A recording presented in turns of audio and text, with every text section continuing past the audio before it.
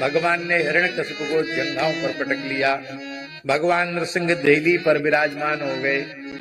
देहली पर भगवान नृसिंह विराजमान हो गए, इसलिए देहली को भगवान नृसिंह का आसन माना गया। देहली पर खड़ा नहीं होना चाहिए, देहली पैर से छू जाए तो स्पर्श करके देहली को प्रणाम करना चाहिए। पूर्व काल में माताएं सूर्योदय के पूर्व गाय के गोबर से मिट्टी से चौका लगाकर देहली का पूजन कर देती थी, इसलिए घर में कोई उपद्रव नहीं होता था, अलाय बलाय नहीं घुसती थी। अब तो घरों में देहली ही नहीं है बिना रोक टोक, इसलिए कम से कम मुख्य द्वार पर तो देहली अवश्य बनानी चाहिए।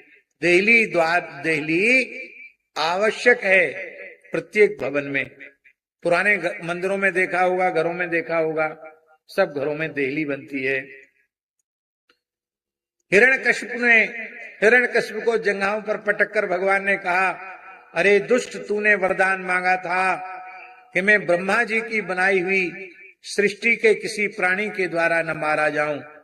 बोल, ब्रह्मा जी की सृष्टि में मेरे जैसा प्राणी तुझने कोई देखा है? बोले, महाराज आपका मुख तो सिंह का है, बाकी आपका शरीर देवता का है, आपके जैसा स्वरूप तो मैंने कभी ब्रह्मा जी की सृष्टि में नहीं देखा। तूने वर मांगा था, न दिन में मरूं न रात में मरूं। बोल, दिन है कि रात? बोले, महाराज ये संध्या का समय है, न इसको दिन कहा जा सकता न रात कहा जा सकता। तूने वर मांगा था, न घर के भीतर मरूं न बाहर। बोल, तू घर के भीतर है कि बाहर? बोली देहली न भीतर होती न बाहर, बीचों बीच होती है।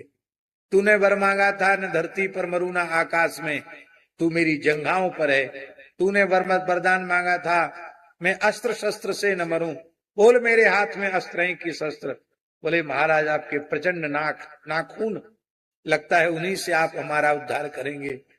और भगवान ने कहा, ब्रह्मा जी के सभी वरदान सत्य हैं? बोले, एक तो बकाया है। क्या? मैंने कहा था 12 महीने में से किसी महीने में न मरूं। भगवान ने कहा, तुम्हारे लिए हमने 13वां महीना बना दिया, पुरुषोत्तम मास। उस समय अधिक वैशाख मास था। बोले, ब्रह्मा जी के सब वरदान सत्य हैं? बोले, हाँ सत्य हैं। पुरुषोत्तम मास अभी जेठ में आने वाला है, इसका बड़ा महात्म्य है। पुरुषोत्तम मास में कोई भी सत्कर्म हजारों गुना हो जाता है, अनंत गुना हो जाता है। कार्तिक मास में जो दीपदान की विधि है, वो दीपदान का पुण्य अधिक मास पुरुषोत्तम मास में 1000 गुना बढ़ जाता है। इसलिए अभी अधिक मास आने वाला है, हो सके तो किसी तीर्थ में अधिक मास व्यतीत करना, गंगा यमुना आदि में स्नान करना, और जितना हो सके नियम सेवा करना, भगवान को नित्य तुलसी से अर्चन करना, और नित्य भगवान के सामने दीपक अवश्य, दीपदान अवश्य करना। बोलो भक्तवत्सल भगवान की।